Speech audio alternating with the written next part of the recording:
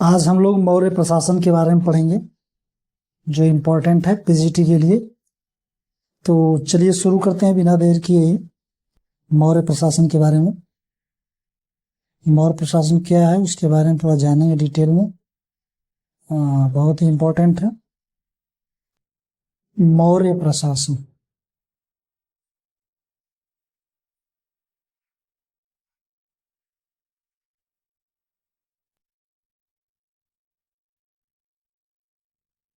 सबसे पहले प्रशासन के स्रोत के बारे में जानेंगे।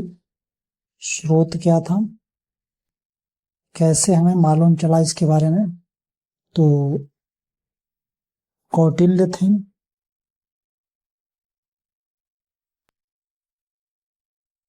मेगास्थनीज था,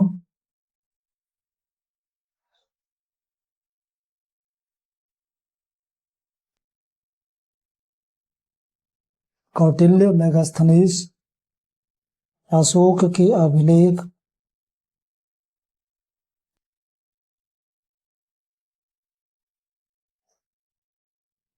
अशोक के अभिलेख और रुद्र दामन का,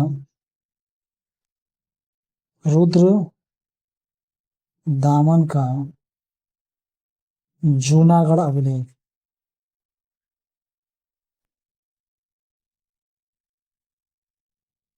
ये जानकारी के चार महत्वपूर्ण स्रोत है। कौटिल्य का अर्थशास्त्र, मेगास्थनीज की इंडिका और अशोक के अभिलेख और रुद्रदामन का जूनागढ़ अभिलेख। ये इम्पोर्टेंट है बहुत ही। तो और इसके प्रशासन कैसे व्यवस्थित था उसको भी जानेंगे। प्रशासन जो है, प्रशासन में एक इकाई थी केंद्र।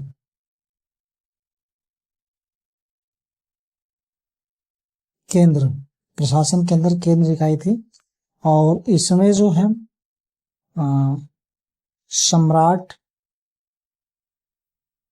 सम्राट था। उसके बाद मंत्रीगण थे, मंत्रीगण। इसके बाद मंत्री परिषद थी,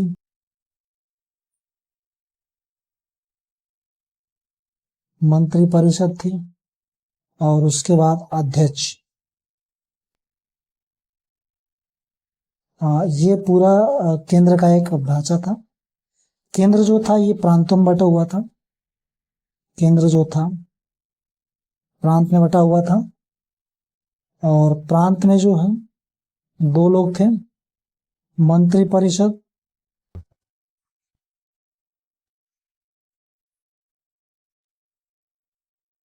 और राज्यपाल या कुमार कह सकते हैं। और मंडल जो था ये आगे देखेंगे। मंडल जो था ये प्रांत जो था मंडलों में विभाजित था। वर्तमान में कमिश्नरियां कह सकते हैं, कमिश्नरी जो होती है हमारे यहाँ। और इसके बाद मंडल जो था आहार में विभक्त था और आहार जो था, आहार मतलब जिला,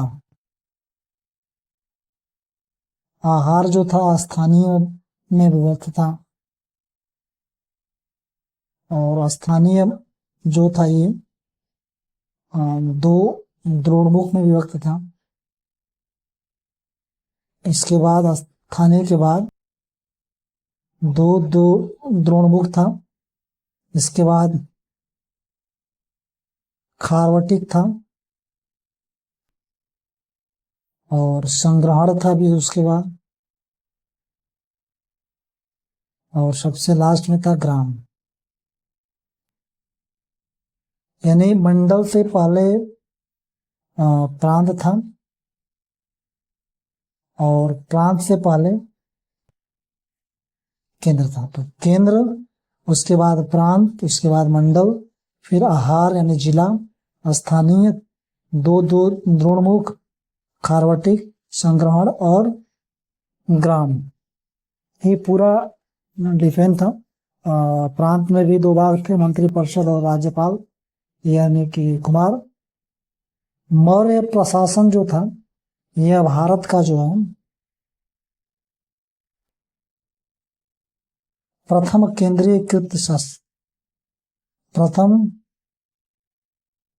केंद्रीयकृत प्रशासन था, और जिसका जनक जो था चंद्रगुप्त मौर्य था। और कुछ इतिहासकार चंद्रगुप्त के शासन को पुलिस राज्य कहते हैं। वही भंडारकर महोदय ने अशोक के शासन को राजकीय निरंकुशवाद की संज्ञा दी है। मौर्य साम्राज्य ही वह पहला साम्राज्य था जिसने लोक कल्याणकारी राज्य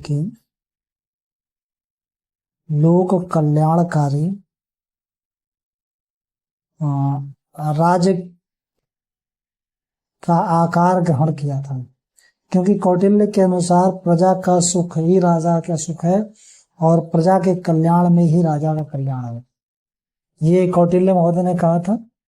तो आगे और देखेंगे इसके बारे में कि अब अमात्य या सचिव ये क्या होते थे।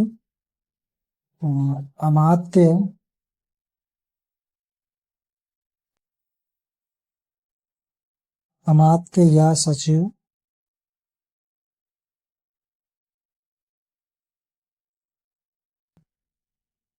इनकी क्या भूमिका थी।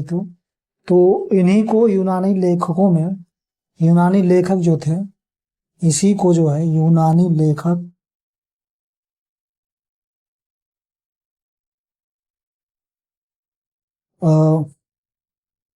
लेखकों ने इसे सभासद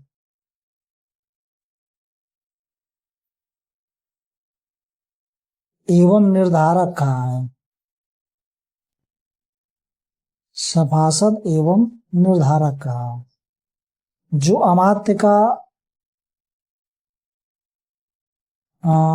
अमात्य का जो है उपधा परीक्षण करता था। उपधा परीक्षण करता था, वही मंत्री बनते थे। जो अमात्य उपधा परीक्षण की परीक्षा जो है, उपधा परीक्षण की परीक्षा जो है पास करते थे, वही मंत्री बनते थे।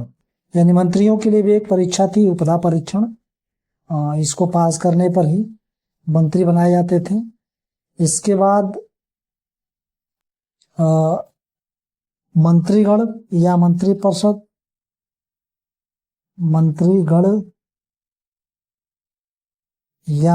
परिषद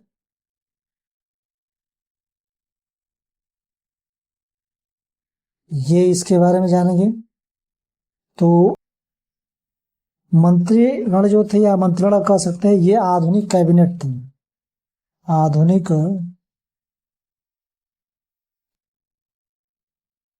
कैबिनेट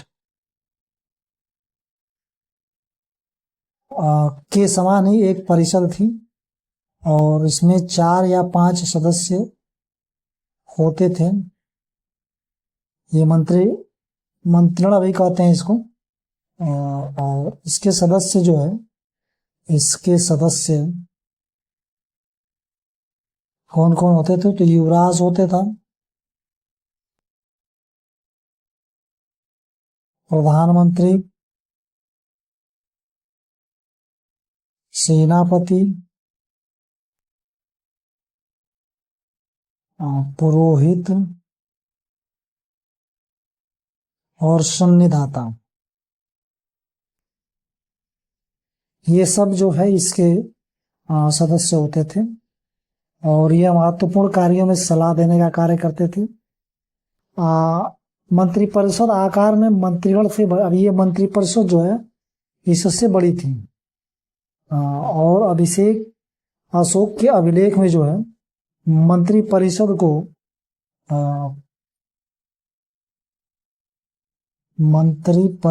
को अशोक के अभिलेखों में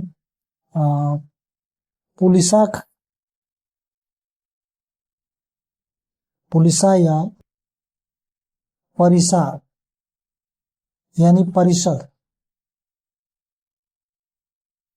कहा गया है। अर्थशास्त्र में अर्थशास्त्र की मंत्री परिषद और मेगास्थनीज की सुनवाई, यानी कि अर्थशास्त्र में इसको मंत्री परिषद कहा गया और वही मेगास्थनीज के द्वारा जो है इसे सुनवाई मेगास्थनीज के द्वारा कहा गया। शिलालेख संख्या 3 के अनुसार जो है परिषा युक्त अधिकारियों को निर्देश देने करती थी। परिषा जो है युक्त अधिकारियों को निर्देश देना करती थी और शिलालेख संख्या 6 में स्पष्ट कहा गया है कि यदि परिषा की कार्यवाही के दौरान उसके सदस्यों के बीच में कोई विवाद उत्पन्न हो जाए तो उसी क्षण सूचना जो है सम्राट को दे दी जाए। गिरनार अभिलेख में परिषा के कार्यों की चर्चा की गई है और परिषा का कार्य क्षेत्र अनारब्ध कार्य को शुरू करवाना और राज्य की निर्णयों का पालन करना। अब अधिकारियों के वेतन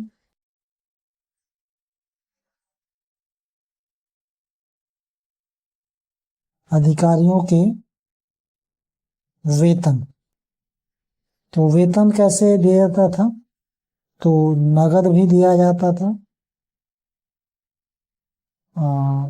पण यानी चांदी का सिक्का जो था, चांदी का सिक्का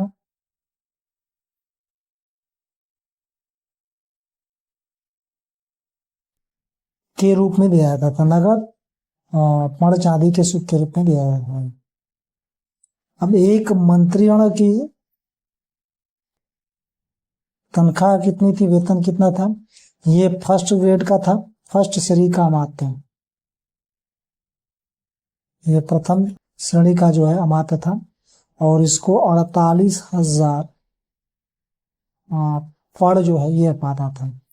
ये पड़ का मतलब चांदी का सिक्का होता था ये, तो 48,000 पड़ ये पाता था मंत्रिगण। इसके अलावा आगे देखेंगे इसमें ये और कौन कितने पाते थे। मंत्री परिषद जो होती थी ये मंत्रिगण के बाद आती है और ये दूसरे सेकंड क्लास के अधिकारी कर सकते हैं अमात्य। सेकंड अमात्य थे सेकंड श्रेणी के, इनको 12,000 रुपए 12,000 पण मिलता था। इसके बाद अध्यक्ष को जो है 1,000 पण मिलता था। पण होता था चांदी का सिक्का। और प्रांतों के राज्यपाल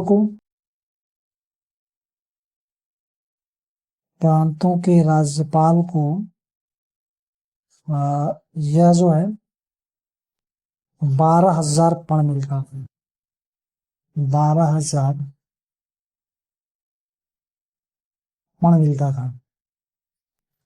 और ये जो अध्यक्ष होते थे ये तीसरे श्रेणी के हुआ करते थे, तीसरे श्रेणी के अमात्य हुआ करते थे और इनको 1,000 पण मिलता था। लेखपाल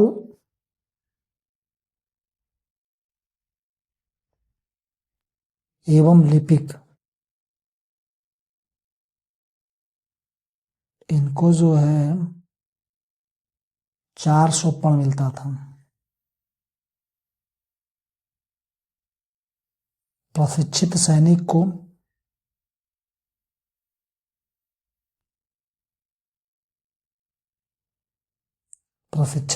को 500 पण मिलता था। और इसके अलावा सबसे नीचे का जो कर्मचारी था, नीचे का कर्मचारी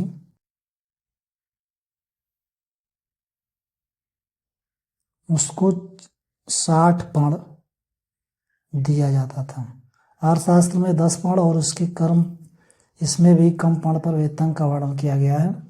अधिकारी हेतु पेंशन की व्यवस्था भी थी जिसको भक्त वेतन भी कहते थे।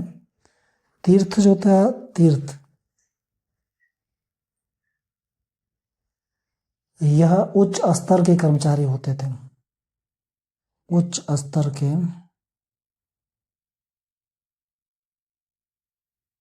कर्मचारी तीर्थ होते थे, और इनको महामात्र भी कहते थे, महामात्र भी कहते थे। अशोक के अभिलेखों में अमात्य का उल्लेख नहीं है। उसमें सर्वोच्च अधिकारी के रूप में महामात्र का उल्लेख है अशोक के अभिलेख में। विभागों को भी तीर्थ कहा जाता था, विभागों को भी तीर्थ कहा जाता था।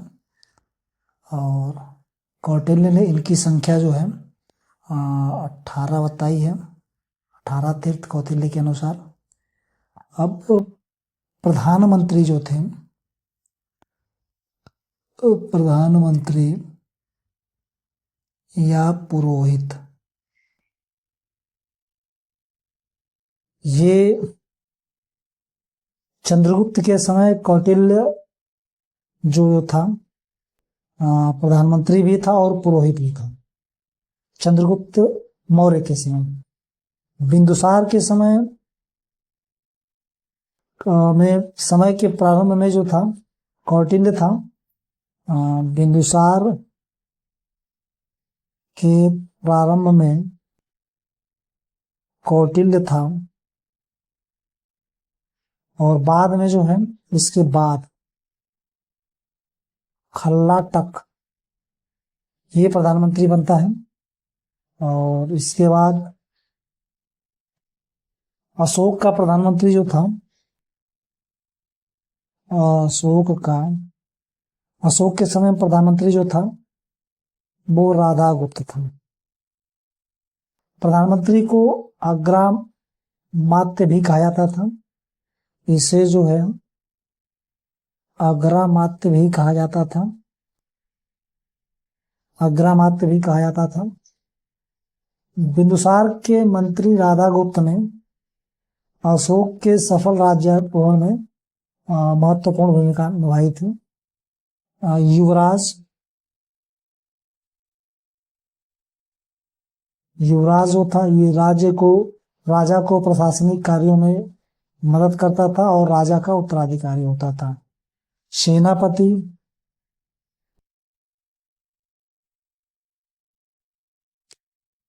एक मंत्री था जो युद्ध विभाग से जुड़ा हुआ था। और सन्निधाता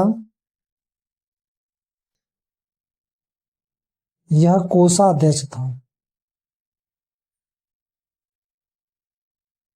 सन्निधाता जो था ये कोषाध्यक्ष था।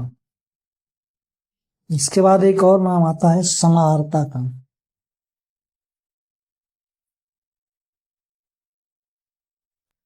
समाहर्ता जो है यह राजस्व विभाग से संबंधित है, राजस्व विभाग से संबंधित था,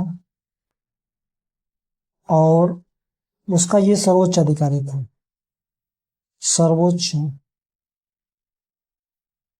अधिकारी राजस्व विभाग का।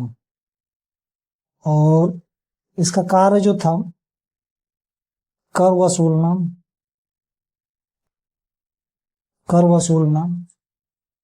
और वसूलवाना था, कर वसूलवाना था। समाहर्ता ही आय व्यय का ब्यौरा भी देता था। आय व्यय का ब्यौरा, आय व्यय ब्यौरा यानी वार्षिक बजट तैयार करता था। मौर्य प्रशासन में एक साल में काम के लिए, एक वर्ष में काम के लिए 354 दिन माने जाते थे, 354 दिन माना जाता था। मौर्यों का इनका जो है वित्तीय वर्ष जो था, वित्तीय वर्ष आषाढ़ यानी जुलाई से शुरू होता था और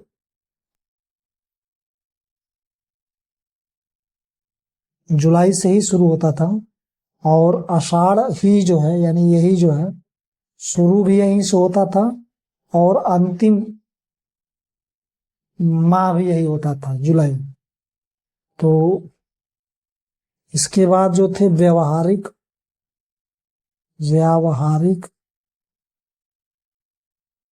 यह जो है दीवानी कोर्ट का प्रमुख था। दीवानी कोर्ट प्रमुख। इसके अलावा प्रतिष्ठा,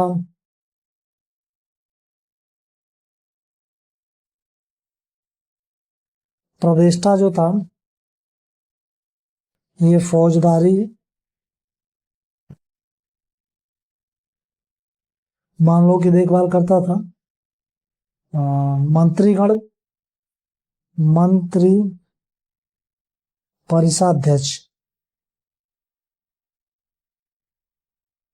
परिषदाध्यक्ष इसका काम होता था, मंत्रिपरिषद का ये प्रमुख हुआ करता था, मंत्रिपरिषद का प्रमुख हुआ था। इसके बाद दंडपाल, दंडपाल जो था सैन्य सामग्रियों को जुटाने वाला अधिकारी था। दुर्गपाल, यह जो था साम्राज्य के अंदर दुर्गों का प्रबंध करता था। नागरक, नागरक जो था ये नगर का प्रमुख था, नगर प्रमुख अधिकारी था ये। इसके बाद 8वीं इंपॉर्टेंट है, यह जो है वन विभाग का प्रमुख होता था, वन विभाग का प्रमुख हुआ करता था 8वीं। इसके बाद कर्मांतिक है, कर्मांतिक है ये उद्योग धंधों से संबंधित, उद्योग धंधों का प्रमुख था, यानी कारखानों का प्रमुख कर्मांतिक था। और नायक जो था सेना का संचालन करता था। दीवारिक जो है राजमहलों की देख रेख करने वाले कर्मचारियों का प्रधान होता था। अंत वार्षिक सम्राट के अंगरक्षक सेना का प्रधान और राजप्रसाद के सुरक्षा कर्मियों का प्रधान होता था। अंतपाल जो होता था सीमावर्ती दुर्गों का रक्षक होता था और मार्गों की सुरक्षा और रखरखाव की जिम्मेदारी होती थी। प्रशासन, राजकीय दस्तावेजों से जुड़े हुए दस्तावेजों को सुरक्षित और समस्त रिकॉर्ड को लेखबद्ध करने का अधिकारी होता था। अध्यक्ष, अर्थशास्त्र में कुल 28 अध्यक्षों को उल्लेख किया गया है। अर्थशास्त्र में 28 अध्यक्षों का उल्लेख किया है। इन्हीं लोगों को जो है, इन्हीं अध्यक्षों को यूनानियों ने मजिस्ट्रेट कहा है। यूनानियों ने इनको मजिस्ट्रेट कहा है। अब प्रमुख अध्यक्ष कौन कौन से हैं उसके बारे में देख लेंगे।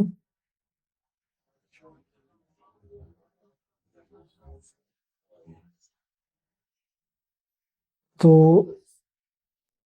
सीताध्यक्ष जो था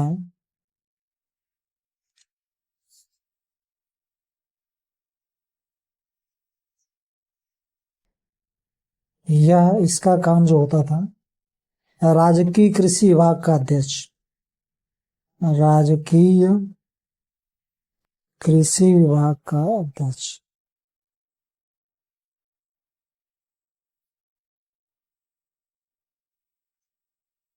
इसके बाद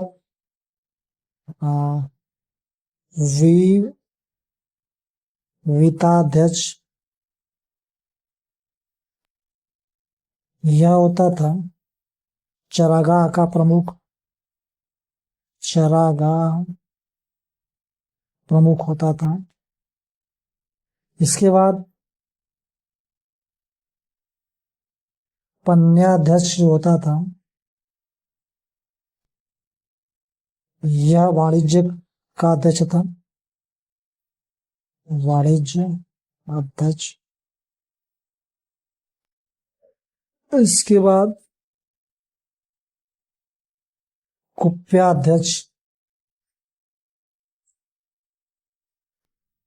वन एवं उसकी प्रमुख संपदा का, वन एवं प्रमुख संपदा का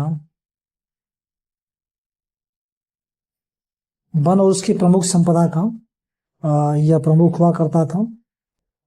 इसके बाद अकराध्यक्ष,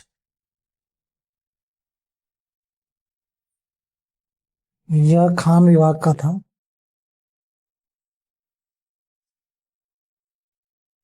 अध्यक्ष खान विभाग का अध्यक्ष हुआ करता था।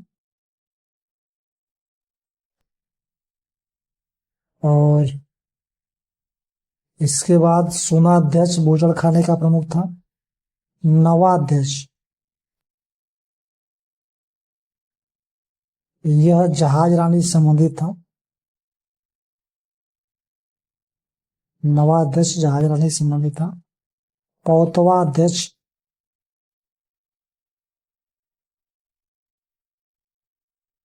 यह जो था माप तौल से संबंधित था। माप तौल का प्रमुख था। लक्षणाध्यक्ष,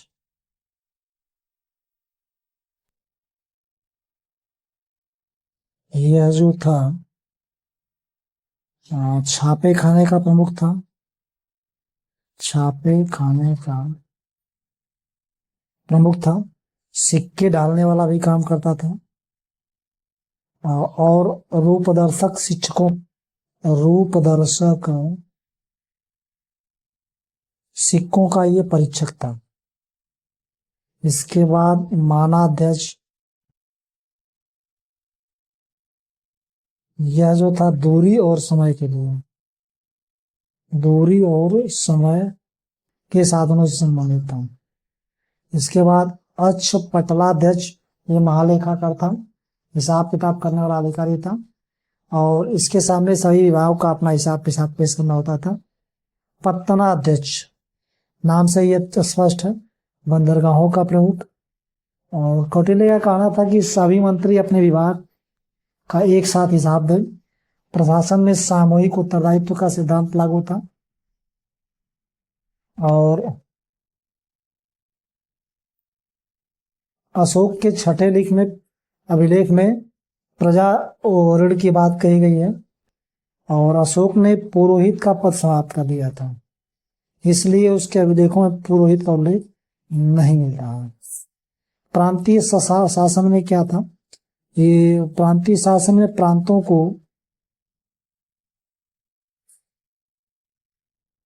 चक्र कहा जाता था। चक्र कहा जाता था। यहाँ का वायसराय या राष्ट्रीय या कुमार होता था। राष्ट्रीय या कुमार इसकी देखभाल करता था, यानी वायसराय होता था। ब्रह्मगिरी, सिद्धपुर और जटिंग रामेश्वर लघु शिलालेख में कुमार को आर्यपुत्र भी कहा गया है। अशोक के समय में तक्षशिला,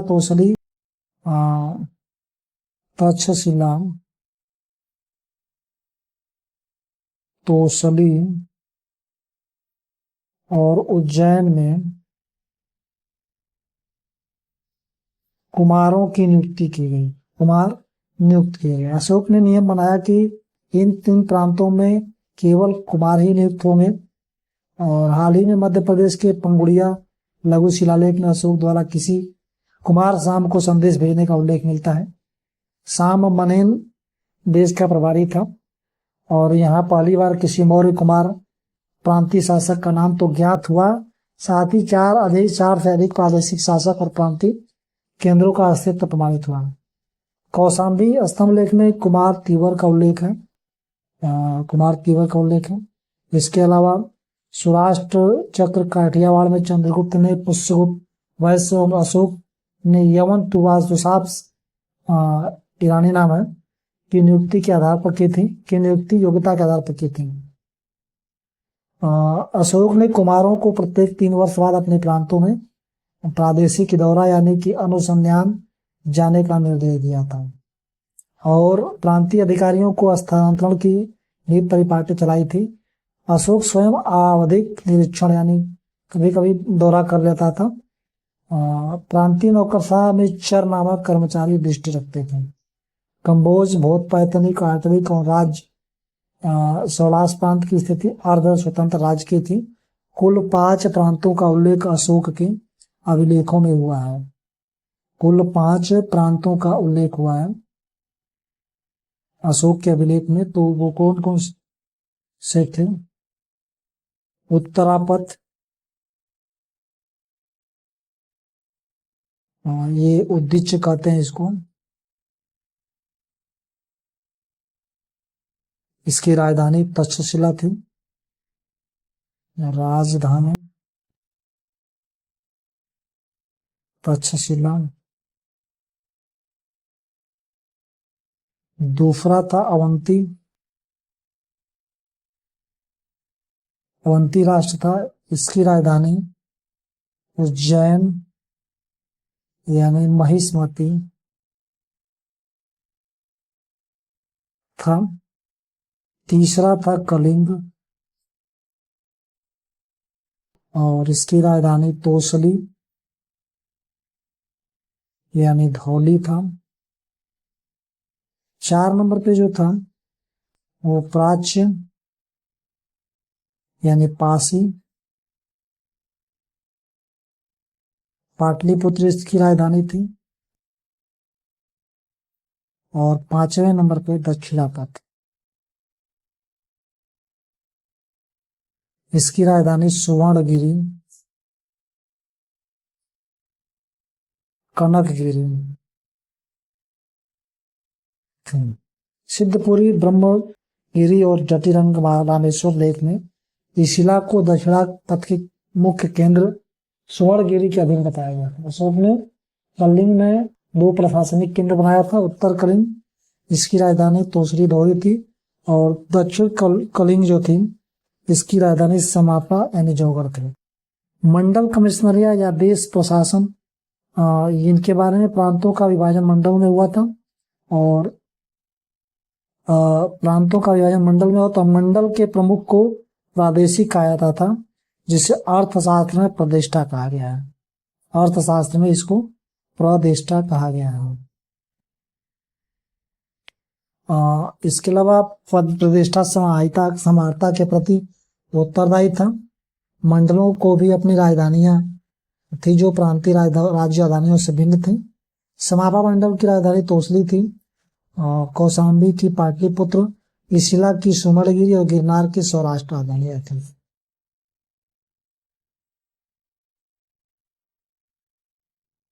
इसके अलावा विषय और आहार पति, इसके बारे में भी जान लेंगे, इंपॉर्टेंट है।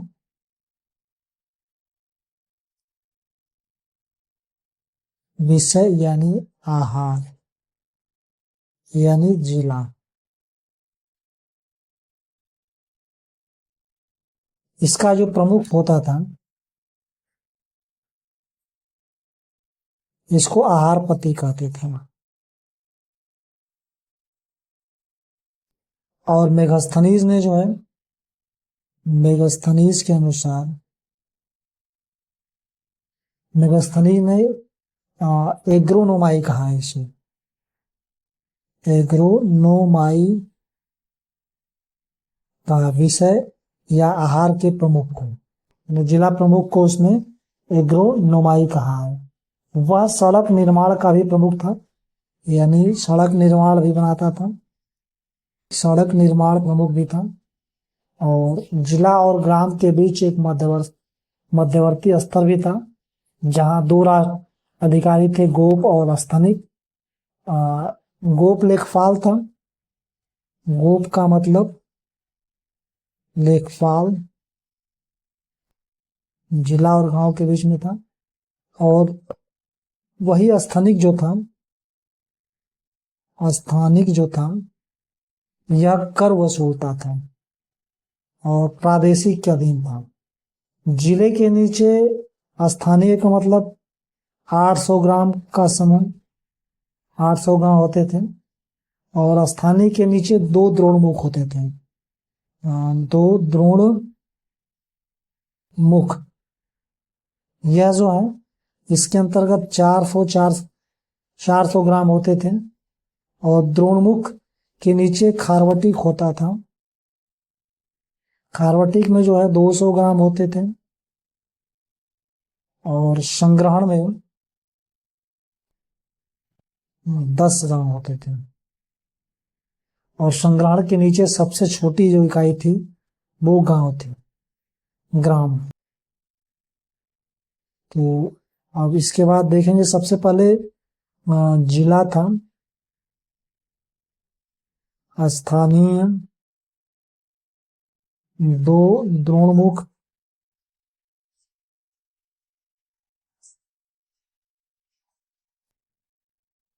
इसके बाद खारवटिक,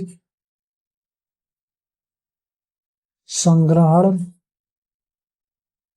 और ग्राम।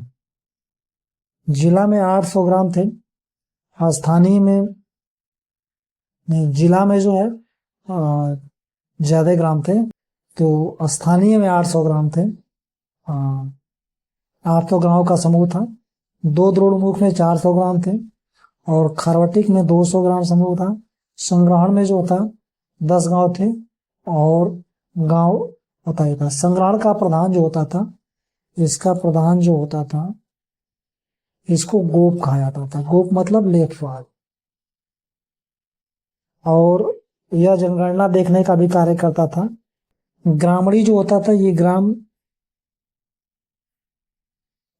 प्रशासन का प्रमुख होता था और अवैतनिक था। इसको वेतन नहीं मिलता था ग्रामणी को। ग्राम में पंचायतें इसी समय से दिखाई पड़ती थी, जिनको इनको ग्राम वृद्धा परिषद कहा गया।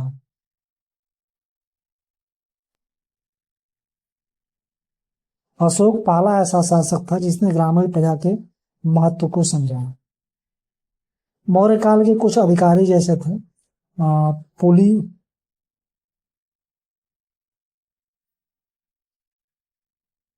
पुलिसानी, जनसंपर्क अधिकारी था, जनमत की जानकारी और राजा को कहता था। प्रतिवेदिक सम्राट को प्रजा के विषय में सूचना देता था। विशेष रिपोर्टर था। अन्य महामात्र असभ्य जनजातियों में धर्म प्रचार हेतु नियुक्त होते थे। चोर रज्जुक,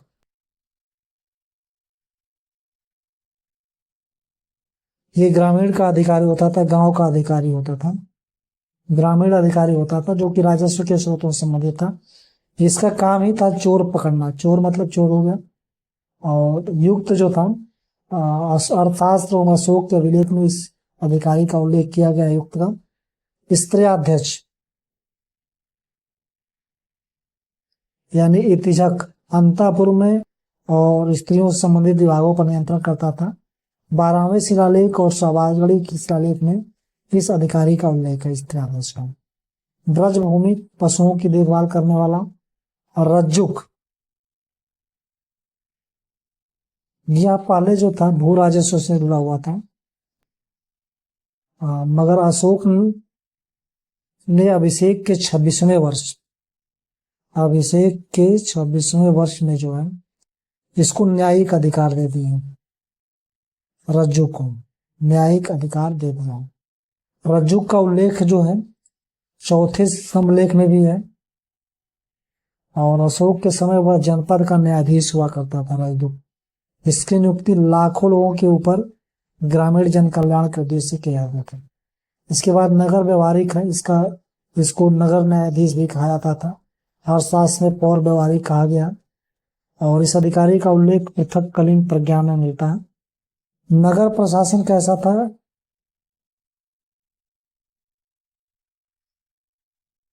तो पाटलिपुत्र नगर प्रशासन का विस्तृत विवरण जो है, पाटलिपुत्र का नगर प्रशासन का विस्तृत विवरण जो है मेगास्थनीज करता है।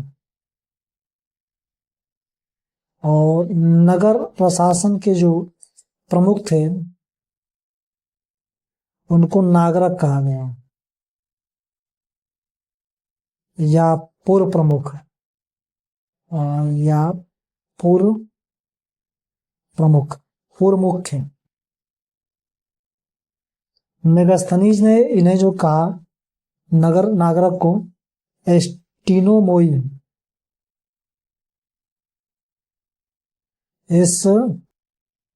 एस्टिनोमोई। एक बात और ध्यान रखना चाहिए कि यहाँ पे जिला प्रशासन के प्रमुख को मेगास्थनीज ने एग्रोनोमोई कहा है, मगर यहाँ पे नगर नगर प्रमुख को उसने एस्टिनोमोई कहा है। पाटलिपुत्र नगर का प्रशासन एक परिषद व्यक्ति थी, जिसमें 6 समितियां थी और प्रत्येक समिति में 5 सदस्य होते थे, यानी कुल 30 सदस्य होते थे। इसमें प्रथम समिति जो थी औद्योगिक मामले से संबंधित थी, दूसरी तो जो थी वैदेशिक या विदेशी मामले से संबंधित थी, तृतीय समिति थी जनगणना देखती थी, चतुर्थ समिति व्यापार वाणिज्य समिति थी, पांचवी समिति कालाबाजारी रोकती थी, छठवीं समिति जो थी क्रय विक्रय कर वसूलना और कर समिति का कार्य करती थी। यह 1/10 होता था और कर चोरी करने वालों को मृत्युदंड भी दिया जाता था। न्याय प्रशासन के अंतर्गत सर्वोच्च न्यायालय राजा का न्यायालय होता था और सर्वोच्च कानून राजज्ञा होती थी। कौटिल्य ने राजज्ञा को धर्म और व्यवहार से ऊपर रखा है। इसके बाद एक आता है धर्मस्थीय।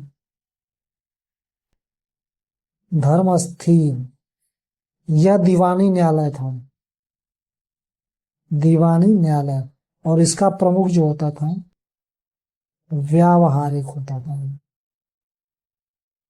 इसके बाद कंठक शोधन।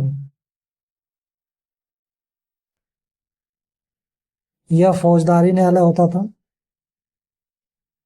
फौजदारी न्यायालय होता था और इसका प्रमुख जो होता था प्रदेष्टा कहा जाता था। इसके प्रमुख को प्रदेष्टा कहा जाता था। मौर्य काल में दंड विधान काफी कठोर था और यहाँ तक कौटिल्य ने पशु हत्या तक पे भी मृत्युदंड का प्रभाव प्रदान किया था। अशोक ने सबसे महत्वपूर्ण सुधार न्याय क्षेत्र में किया था।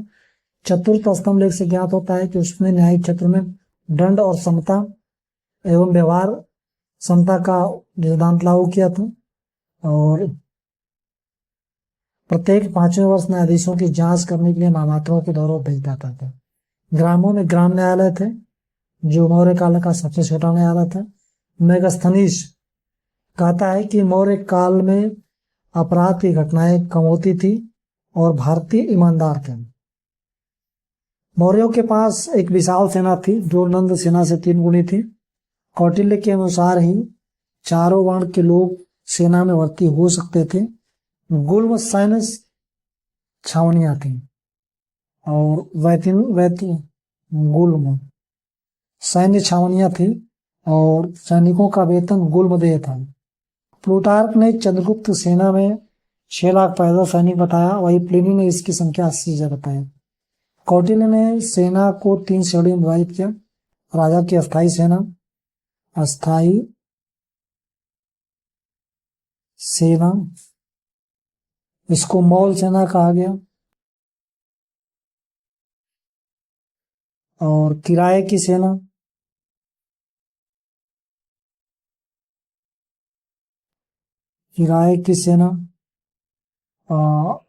नगर पालिका की सेना,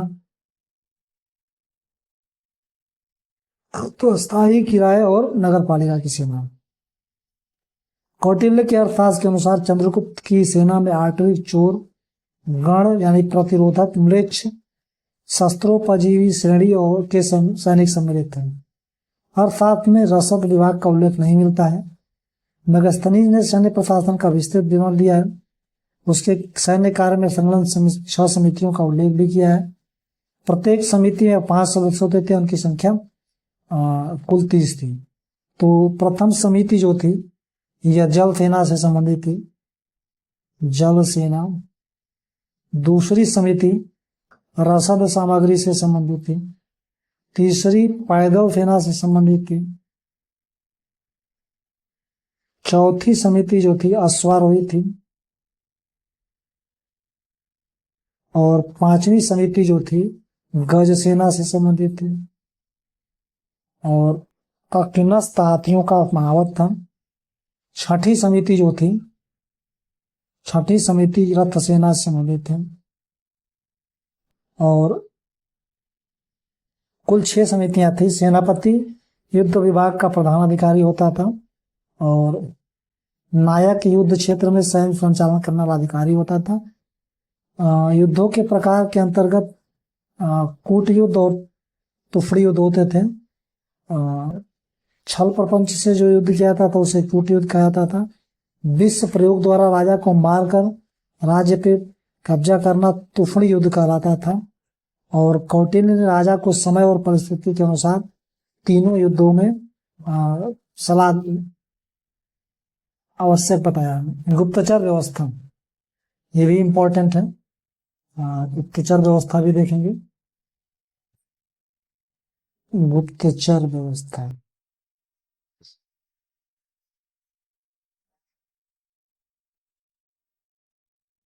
इसका प्रथम विवरण जो है अर्थशास्त्र में मिलता है।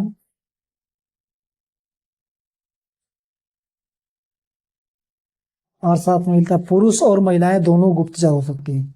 गणिकाएं भी गुप्तचर का कार्य करती थी और गुप्तचर के कार्य सभी अधिकारियों पर और जनता पर नजर रखना था। देश में लोकमत जानने के लिए भी इसका प्रयोग किया जाता था। इनके विभिन्न नाम थे, जैसे ओवरसीयर, ओवरसीयर्स, यह जो है मेगास्थनीज ने गुप्तचरों को, ये ओवरसीयर्स कहा है, इसको मेगास्थनीज ने कहा था। इसके अलावा इनको एपी स्कोपाई या ईफर भी कहा है गुप्तचरों को। इसके अलावा इंस्पेक्टर यानी निरीक्षक, स्ट्रेबो ने जो है इनको गुप्तचरों का इंस्पेक्टर कहा है। इसके बाद एक इंपॉर्टेंट है गूढ़ पुरुष।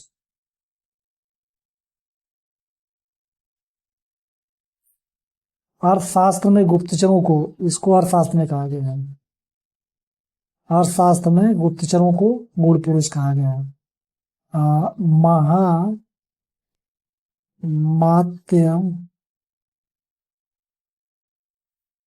व सर्प, यह गुप्तचरों का प्रमुख था। और गुप्तचरों के प्रकार के अंतर्गत देखेंगे, प्रकार कौन कौन से हैं, तो संस्था जो थी यह अस्थाई गुप्तचर थे, अस्थाई थे। संचरण,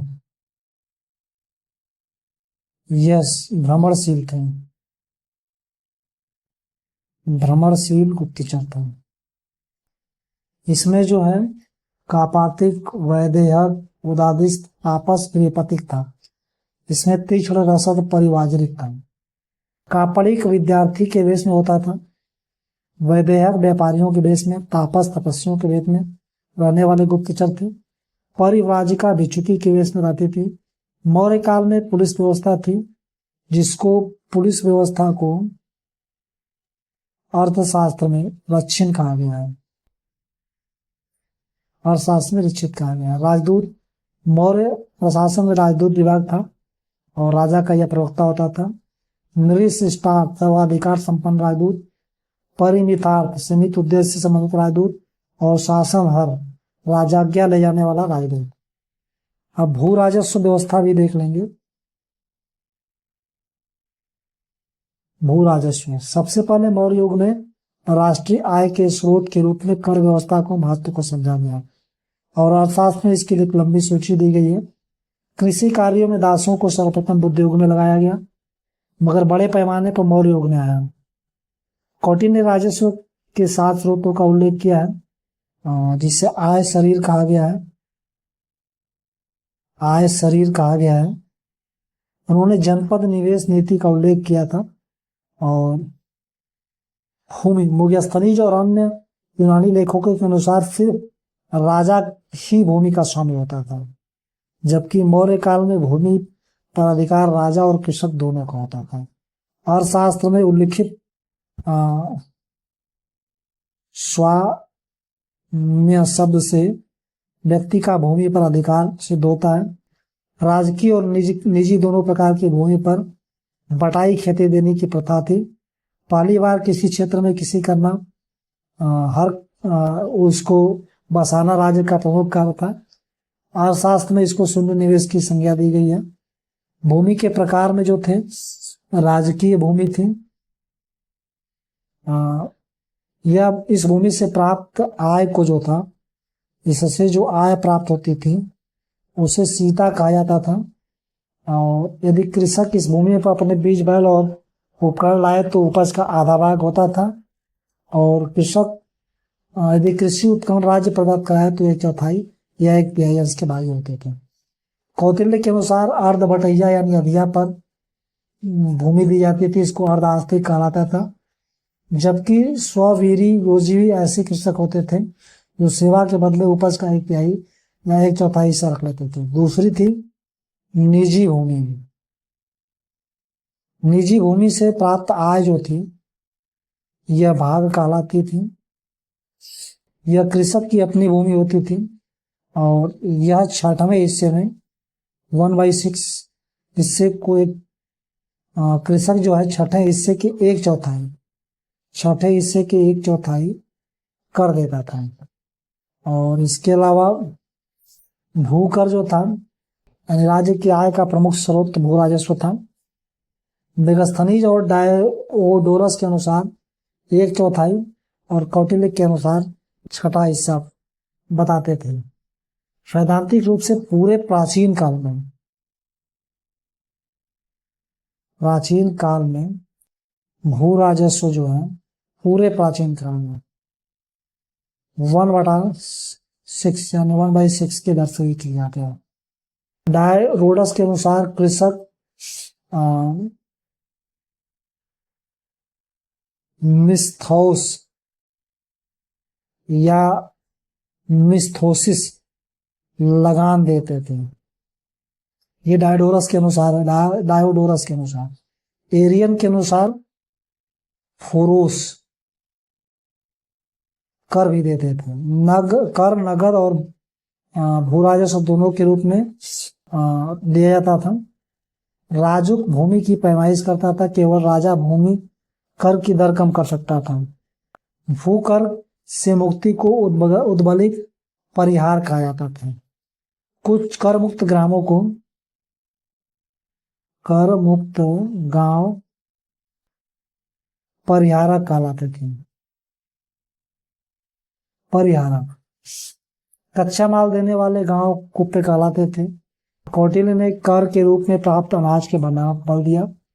और कौटिल्य के अनुसार किसी राजा के शासनकाल में प्रणय कर सिर्फ एक ही बार लगाया जा सकता था। और यह प्रणय कर जो था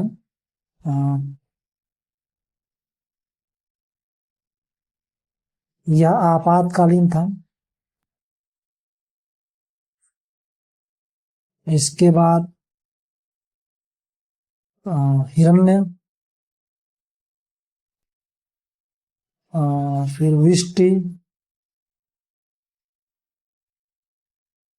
तरदेव।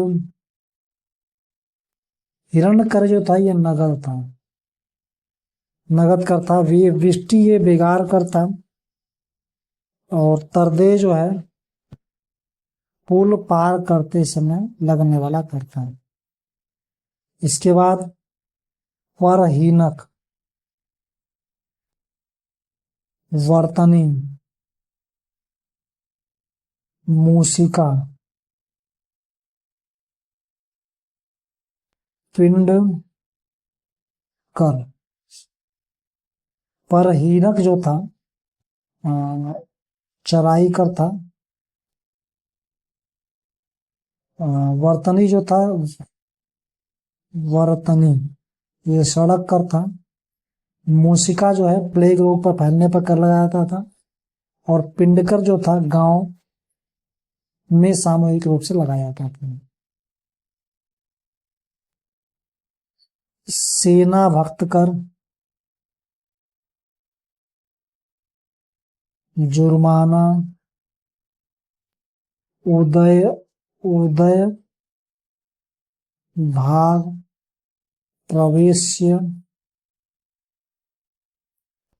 तो ये सेना भक्त कर जो था, किसी अभियान के समय सेना जिस गांव से गुजरती थी वह गांव कर देता था।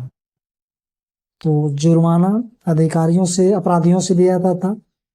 और उदय भाग कर जो था यह राज्य द्वारा सिंचाई कर था, यह सिंचाई करते हैं।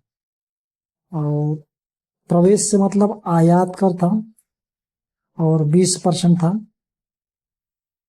निष्कार्य यह निर्यात कर था,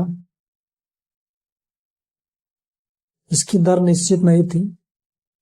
दुर्ग नगर से प्राप्त होता था जो आमदनी होती थी। राष्ट्र ये सब करों के प्रकार हैं। देहात और जनपदों से। सेतु फल फूल सब्जियों से। चोर रज्जू चौकीदारी या पुलिस काम, चौकीदारी या पुलिस काम। ये 16 प्रकार के कर थे। कौटिल्य ने सिंचाई के अनेक साधनों का वर्णन किया है जिसे सेतुबंध या सेतु कहा जाता था। प्राकृतिक सिंचाई करना महोदय सेतु तथा कृत्रिम सिंचाई आयारोधक सेतु या कर अवदेव मात्रक भूमि, यानी ऐसी भूमि जहां कृत्रिम साधनों से सिंचाई होती है, इसे लिया जाता था। सिंचाई दर 5वें से 1/3 भाग होती थी। भूमि कर और सिंचाई कर जोड़कर किसान उपज का आधा भाग देना पड़ता था। और इसके अतिरिक्त सीमंतों को उपाधि और सम्मान देकर भी उनसे धन प्राप्त किया जाता था।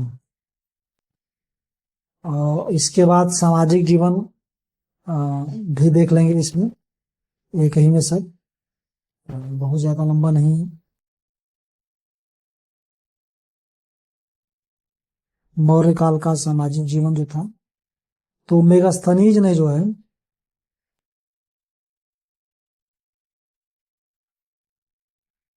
7 जातियों का उल्लेख किया है।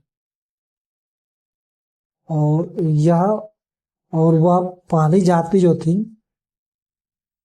उसकी पहले नंबर पे दार्शनिक थी। और इसमें अंतिम जो जाति थी, अंतिम, यह मंत्रियों यानी सभासद, सभासद वाली जाति थी। तो 7 जातियों में सबसे पहले दार्शनिक देखेंगे। ये मेगास्थनीज के अनुसार है। मेगास्थनी ने इनको 2 प्रकार बताया है। पहला दार्शनिक होता था ब्रोकामेन, यह गृहस्थ होता था, गृहस्थ दार्शनिक। और दूसरा होता था सारामेन, यह सन्यासी होता था। वही वर्क आपदाओं के विषय में भविष्यवाणी कर लोगों को आगाह करता था। मेगास्थनीज के अनुसार 3 बार गलत भविष्यवाणी करने पर इनको आजीवन मौन धारण करना होता था। मेगास्थनी ने दार्शनिक मंड निकोर एवं सिकंदर के बीच वार्तालाप का, दार्शनिक जो था मंड निकोर और सिकंदर के बीच में वार्तालाप का विवरण दिया है। सभी धार्मिक संप्रदायों को इस समय पाषंड यानी पाखंड कहते थे। चंद्रगुप्त के समय में कई विचित्र संप्रदायों पर प्रतिबंध भी लगाया गया था। दूसरी जो जाति थी मेगास्थनीज के अनुसार वह कृषक थी और इनकी संख्या ज्यादा थी और किसान उपज का 1/4 भाग कर के रूप में लेता था। तीसरा होता था शिकारी, चरवाहा, गड़रिया, ग्वाला, ये तीसरी जाति में आते थे। शिल्पी जो होते थे कारीगर, शिल्पी, कारीगर या व्यापारी, ये 4 नंबर पे आते थे। 5वें नंबर पर योद्धा होते थे यानी सैनिक। 6वें नंबर पर जो है निरीक्षक यानी गुप्तचर। और 7वें नंबर पे पार्षद यानी मंत्री हुआ करते थे। और मेगास्थनीन के अनुसार ये राजा के सलाहकार थे और कर निर्धारक भी इसको कहा जाता है। ये संख्या के हिसाब से सबसे छोटी जाति थी। मेगास्थनीज और डायोडोरस के अनुसार कोई भी अपनी जाति से बाहर विवाह नहीं करेगा और न ही भिन्न पेशा अपनाएगा। और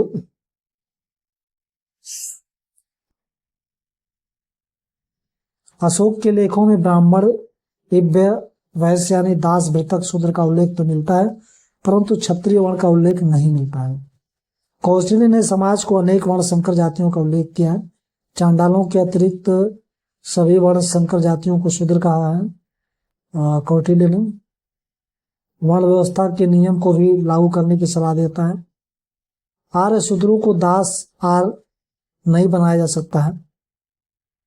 शूद्रों की वार्ता संबंधी अधिकार सबसे पहले मौर्य काल में कौटिल्य ने शूद्रों को वार्ता का अधिकार दिया और शूद्रों को कृषक कहा।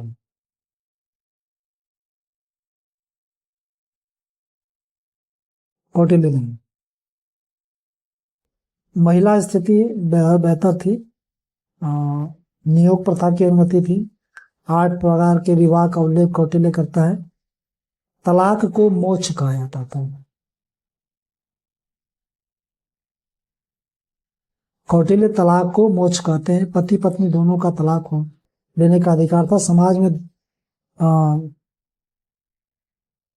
महिलाओं को अनिष्कानिनी, जो घर से बाहर ना निकले, अनिष्कासिनी या घर से जो बाहर महिलाएं नहीं निकलती थी वो कहलाती थी। और असूर्य पंस्याम, जिसे सूर्य भी ना देख पाए, ये महिलाएं होती थी। इसके बाद गणिकाएं होती थी, राजकीय सेवा में युक्त होती थी। गणिका को जापान में गीसा, यूनान में हीटाएरा कहा जाता है। और रूप जीवा, स्वतंत्र रूप से वेश्यावृत्ति करने वाले, सम्मानित थी और राज्य को टैक्स भी देती थी। इनका अपना संगठन था जिसे बंदी पोषक कहा जाता था। शराब परोसने वाली पेश और लरूपा कहलाती थी। और वेश्याओं के नगर के दक्षिण में रहने की सलाह कौटिल्य देता है। समरांगिणिया, मेगास्थनीज और कौटिल्य ने दोनों ने इनका वर्णन किया है, उल्लेख किया है। ये चंद्रगुप्त की सुरक्षा में नियुक्त महिला अंगरक्षक थे। समाज में दास प्रथा थी। कौटिल्य ने 9 प्रकार के दास बताए हैं और यह भी बताया किसी भी परिस्थिति में आर्य को दास नहीं बनाया जा सकता है, केवल मनुष्य और अनार्य ही दास बनाया जा सकता है। कौटिल्य के अनुसार किसी दासी से मालिक का बच्चा होता है तो उस पुत्र को वैधानिक उत्तराधिकारी स्वीकार किया जाएगा। मौर्य काल में दास प्रथा थी लेकिन दास समाज नहीं था। सती प्रथा का उल्लेख नहीं किया गया है। हालांकि कठ जातियों में सती प्रथा का उल्लेख मिलता है। मनोरंजन में विहार, यात्रा, समाज प्रवहन एक प्रकार का खेल था, एक प्रकार का सामूहिक समारोह था। मनोरंजन के अंतर्गत 5 पक्ष प्रेक्षा वेतन के रूप में राज्यों को कर देना पड़ता था। कुछ प्रमुख कर जैसे थे। वाग्जीवन विभिन्न प्रकार की बोलियां निकालने वाले होते थे। कुशीलव तमाशा दिखाने वाले होते थे। सौभिक मदारी होता था। कुहक जादूगर होता था। प्लवक रस्सी पर नाचने वाला। रंगोपजीवी या रंगोपजीविनी, पुरुष महिलाएं जो रंगमंच पर नाटक दिखाकर आजीविका चलाते थे। अदिति कौशिक, देवताओं के चित्र दिखाकर मनोरंजन करते थे। तो ये पूरा राजनीतिक और आर्थिक व्यवस्था थी मौर्य काल में।